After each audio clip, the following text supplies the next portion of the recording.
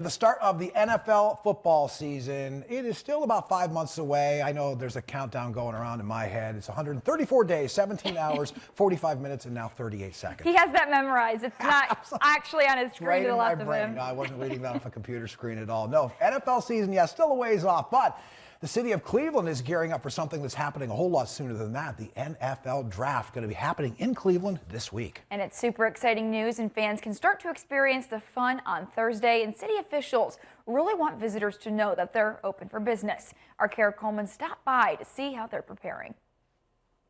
Hey there, Cleveland is buzzing with the NFL draft coming to town this week. And while this is a place that typically bleeds orange and brown for the Cleveland Browns, this week it's the focus of all 32 NFL teams and, of course, those up-and-coming players. The first pick in the 2020 draft. This year, not only is Cleveland focusing on their draft picks, but also to playing host to the 86th NFL draft. I think it's going to be an exciting environment, definitely one that we haven't seen in 13 plus months, and we can't wait to welcome everybody.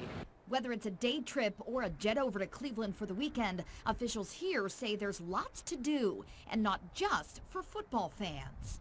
There are tickets available for the NFL Draft Experience. Stop by the Rock and Roll Hall of Fame for their new exhibit, which is called The Greatest Show on Turf.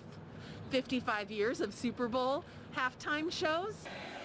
And after a tough year, Cleveland bars and restaurants are getting ready for the boost in business. Obviously, we expect big crowds. I mean, it's a lot of people. I know it's still not as many people as it would be with the restrictions and everything, but it's still a large group of people coming downtown. It's just another big thing that Cleveland gets to do, which is pretty cool. And while there are some COVID restrictions in place, Cleveland officials say they're ready for a much-needed taste of normalcy.